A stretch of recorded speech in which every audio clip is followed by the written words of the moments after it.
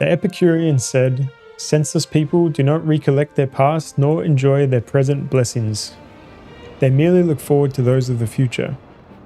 Since these are necessarily uncertain, they are consumed with anxiety and terror.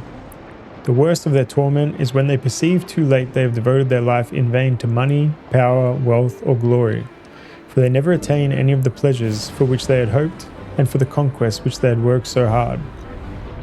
The Epicureans have a saying, "The fool's life is unpleasant and anxious.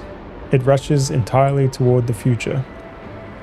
Another saying, "Thanks be to blessed nature, that she made necessary things easy to obtain, and things hard to obtain not necessary.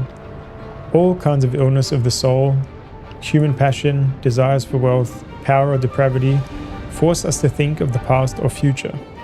Yet the purest and most intense pleasure can be easily obtained in the present. Pleasure does not depend on duration. It does not need to be long in order to be absolutely perfect. An infinite time cannot provide us with a pleasure greater than that which we know is finite." Horace sums up what we've said. Let the soul find its pleasure in the present and come to hate worries about what is beyond. A happy mind does not look toward the future. We can be happy right now if we limit our desires reasonably. Horace also says, "While we are speaking, jealous time has fled.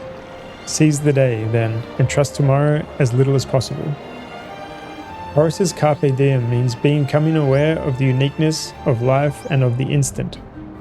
In this perspective, each instant appears as a wonderful gift that fills whoever receives it with gratitude. "Believe," says Horace again, "that each new day that dawns will be the last for you. Then you will receive each unexpected hour with gratitude." Becoming aware of life's finitude now reveals the infinite value of the pleasure of existing in the instant.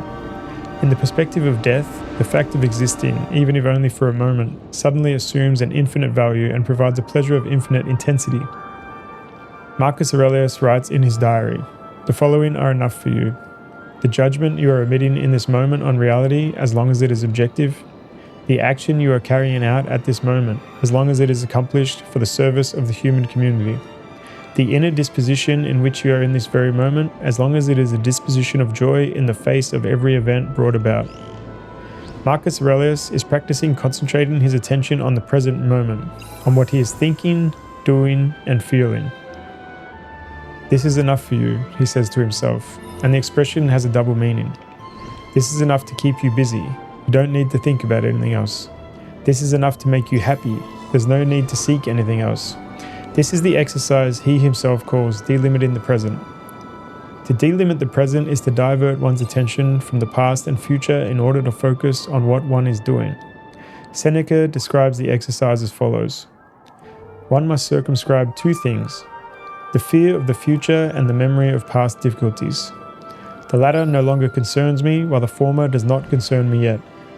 The sage enjoys the present without depending on the future. Freed from the heavy cares that torture the soul, he hopes for nothing, desires nothing, and does not launch himself into what is doubtful. For he is content with what he has, that is, with the present, the only thing that belongs to us. Do not believe that he is content with little, for what he has, the present, is everything. The present alone is our happiness for two reasons. Like the Epicureans, Stoic happiness is complete at each instant and does not increase with duration. Next, because in the present instant we possess the whole of reality, and an infinite duration could not give us more than we possess in the present moment. Happiness is the instant in which a human being is completely in accord with nature. As for the Epicureans, so for the Stoics. An instant of pleasure is thus equivalent to an eternity. In the words of Chrysippus, if one is wise even for a moment, one will not be at all inferior in happiness to him who exercises virtue forever. Marcus Aurelius says one must accomplish every act of life as if it were the last. Then each instant takes on all its seriousness, all its value, all its splendor, and we clearly see the vanity of that which we are pursuing with so much worry and which death will take away from us. We must live each day with an attention so intense that we can say to oneself every evening, "I have lived." That is, I have realized my life. I have had all I could expect from life. In the words of Seneca, he who has lived his entire life every day possesses peace of mind.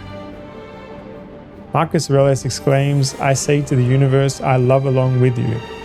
This is a deep feeling of participation, identification, and belonging to an all that transcends the individual limits. The present moment thus takes on an infinite value.